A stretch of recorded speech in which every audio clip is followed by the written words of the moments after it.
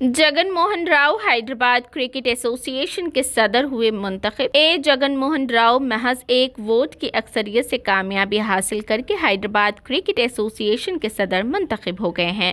ये इंतखाबात Rajiv Gandhi international stadium में मुनक़िद हुए थे। जगन मोहन राव को 63 वोट मिले, जबकि उनके मुखालिफ अमरनाथ को 62 वोट हासिल हुए। अनिल कुमार को 34 और PL श्रीनिवास को 10 वोट मिल गए। गुड गवर्नेंस पैनल की दिलचस्प सिंह 63 वोट हासिल करते हुए नायब सदर मुंतखब हुए।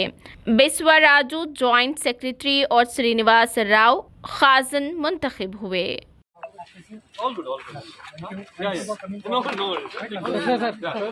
Lakshman sir, look at here. Lakshman sir, look at here. Lakshman sir. Sir, deal payega sir. Sir, 1 minute.